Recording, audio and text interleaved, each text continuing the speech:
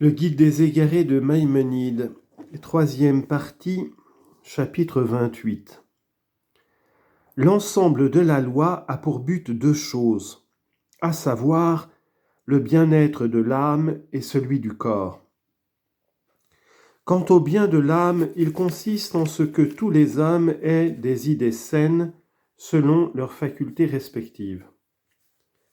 On s'exprime donc à cet égard dans l'Écriture, tantôt en termes clairs, tantôt par des allégories, car il n'est pas dans la nature des hommes vulgaires d'avoir la capacité qu'il faut pour comprendre un tel sujet dans toute sa réalité. Quant au bien-être du corps, il s'obtient par l'amélioration de la manière de vivre des hommes les uns avec les autres. On arrive à ce résultat par deux choses. Premièrement, en faisant disparaître la violence réciproque parmi les hommes, de manière que l'individu ne puisse se permettre d'agir selon son bon plaisir et selon le pouvoir qu'il possède, mais qu'il soit forcé de faire ce qui est utile à tous. Secondement, en faisant acquérir à chaque individu des mœurs utiles à la vie sociale, pour que les intérêts de la société soient bien réglés. Il faut savoir que, de ces deux buts de la loi, l'un est indubitablement d'un ordre plus élevé, à savoir le bien-être de l'âme ou l'acquisition des idées saines. Mais le second le précède dans l'ordre de la nature et du temps. C'est le bien-être du corps qui consiste à ce que la société soit bien gouvernée et que l'état de tous les individus qui la composent s'améliore autant que possible. Le second but est le plus pressant et l'on a exposé avec une extrême exactitude jusque dans ses moindres détails, car ce n'est qu'après avoir atteint ce second but que l'on peut parvenir au premier. En effet, il a été démontré que l'homme est susceptible d'une double perfection, à savoir d'une perfection première qui est celle du corps et d'une perfection dernière qui est celle de l'âme. La première consiste en ce qu'il jouisse d'une parfaite santé dans toute l'économie du corps, ce qu'il ne peut obtenir qu'en trouvant toujours le nécessaire quand il le cherche, à savoir ses aliments, ainsi que les autres choses qui appartiennent au régime du corps, comme le vêtement, le bain, etc.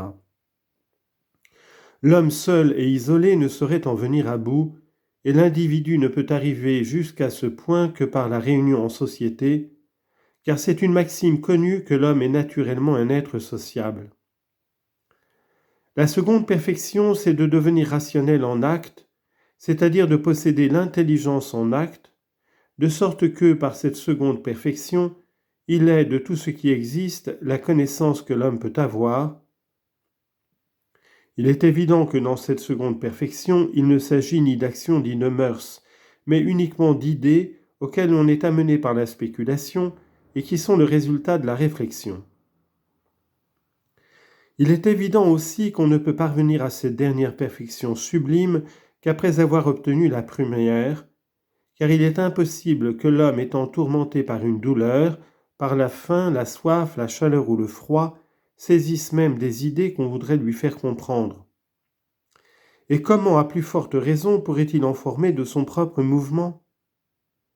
Mais après être arrivé à la première perfection, il est possible d'arriver à la seconde, qui est indubitablement la plus noble, car c'est par elle seule que l'homme est immortel.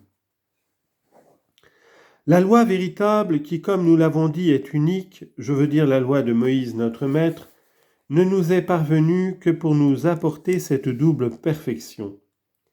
Elle règle d'une part les relations mutuelles des hommes, en faisant cesser parmi eux la violence réciproque et en les polissant par des mœurs nobles et généreuses, afin que les populations puissent se perpétuer, qu'il puisse s'établir parmi elles un rapport stable, et que par là chaque individu puisse arriver à la première perfection.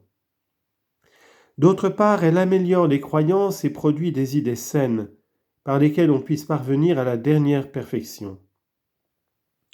La Torah parle de l'une et de l'autre, et elle nous apprend que le but de toute la loi est de nous faire parvenir à ces deux perfections. Il y est dit, « L'Éternel nous a ordonné de pratiquer toutes ces lois, de craindre l'Éternel notre Dieu, afin que nous soyons toujours heureux et que nous vivions aujourd'hui.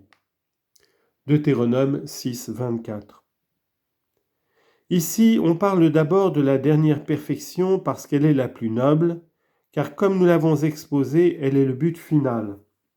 Elle est indiquée par ces mots afin que nous soyons toujours heureux, car tu sais que les docteurs expliquent ces paroles de l'Écriture afin que tu sois heureux et que tu vives longtemps. Deutéronome 22, 7.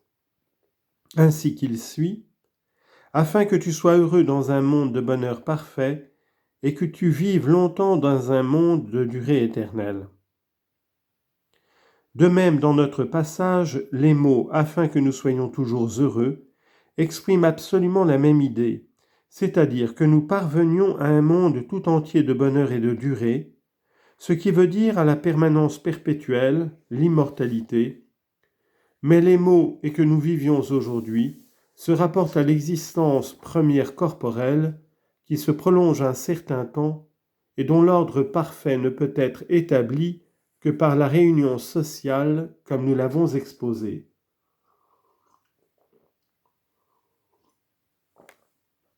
Chapitre 28. Une chose sur laquelle il faut appeler ton attention, c'est que les vérités métaphysiques par lesquelles on arrive à la perfection dernière, la loi ne nous en a communiqué que les points les plus importants, en nous invitant d'une manière générale à y croire. Ces points sont l'existence de Dieu, son unité, sa science, sa puissance, sa volonté et son éternité. Toutes ces idées sont les fins dernières de la science, qui ne peuvent être comprises en détail et d'une manière bien nette qu'après la connaissance de beaucoup d'autres idées. La loi nous a invités de même à croire certaines choses dont la croyance est nécessaire pour la bonne organisation de l'état social, comme par exemple la croyance que Dieu est fort irrité contre ceux qui lui désobéissent, et qu'à cause de cela il faut le craindre, le respecter et se garder de lui désobéir. Quant aux autres vérités relatives à tout ce qui est, qui forment les nombreuses branches des sciences spéculatives, et par lesquelles sont consolidées les idées qui sont la fin dernière, la loi, sans les proclamer clairement comme elle a proclamé celle-là, les a résumées dans ces mots, pour aimer l'Éternel. Tu sais avec quelle énergie on s'exprime sur cet amour, de tout ton cœur, de toute ton âme et de toutes tes facultés. Deutéronome 6, 5. Nous avons déjà exposé dans le Mishneh Torah que cet amour ne peut avoir lieu que par une profonde intelligence de tout l'être et par la contemplation de la sagesse divine qui s'y manifeste, et nous y avons dit aussi que les docteurs ont appelé l'attention sur ce sujet. De tout ce que nous avons dit jusqu'ici sur cette matière, il résulte que, toutes les fois qu'un commandement, soit affirmatif, soit négatif, a pour objet de faire cesser la violence réciproque, ou d'inculquer de bonnes mœurs conduisant à de bonnes relations sociales, ou d'inspirer une idée vraie qu'il faut admettre soit pour elle-même, soit parce qu'elle est nécessaire pour faire cesser la violence, ou pour faire acquérir de bonnes mœurs, ce commandement a une raison évidente et une utilité manifeste. Et il n'y a pas lieu de demander quel en est le but. En effet, jamais personne n'a été embarrassé au point de demander pourquoi il nous a été prescrit de croire que Dieu est un, ou pourquoi il nous a été défendu de tuer ou de voler, ou pourquoi il nous a été défendu d'exercer la vengeance et le talion, ou pourquoi il nous a été ordonné de nous aimer les uns les autres. Mais les commandements qui ont embarrassé les hommes et sur lesquels ils ont professé des opinions diverses, de sorte que les uns ont dit qu'ils n'avaient absolument d'autre utilité que celle de prescrire quelque chose, tandis que d'autres ont soutenu qu'ils avaient une utilité qui nous est inconnue, ce sont ceux qui, pris à la lettre, ne paraissent être utiles pour aucune des trois choses dont nous avons parlé. Je veux dire, ceux qui n'inspirent pas une idée quelconque, ni n'ennoblissent les mœurs, ni ne font cesser la violence.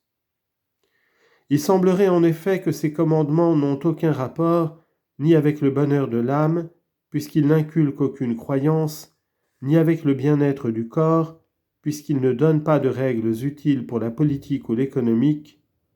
Tels sont les préceptes qui défendent les tissus de matières diverses, les semences hétérogènes, la viande cuite dans du lait, et ceux qui ordonnent de couvrir le sang, de briser la nuque à une génisse, de racheter le premier-né de l'âne, et d'autres semblables.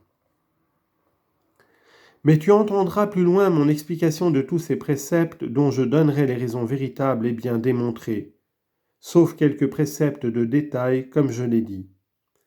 Je montrerai que tous ces préceptes et d'autres semblables doivent nécessairement être en rapport avec l'une des trois choses dont nous avons parlé, et qu'ils doivent ou bien rectifier une croyance, ou bien améliorer les conditions de la société, ce qui s'obtient par deux choses. Faire cesser la violence réciproque et faire acquérir de bonnes mœurs. Il faut te pénétrer de ce que nous avons dit sur les croyances. Tantôt le commandement inculque une croyance vraie, qui est en elle-même le seul but, comme par exemple la croyance à l'unité, à l'éternité et à l'incorporalité de Dieu. Tantôt c'est une croyance nécessaire pour faire cesser la violence réciproque ou pour faire acquérir de bonnes mœurs, comme par exemple la croyance que Dieu est fort irrité contre celui qui a commis la violence. Comme il est dit, « Ma colère s'enflammera et je vous tuerai » Exode 22, 24. Et la croyance que Dieu exauce à l'instant la prière de celui qui a subi la violence ou qui a été frustré. Or s'il m'invoque, je l'écouterai, car je suis miséricordieux. Exode chapitre 22, verset 24.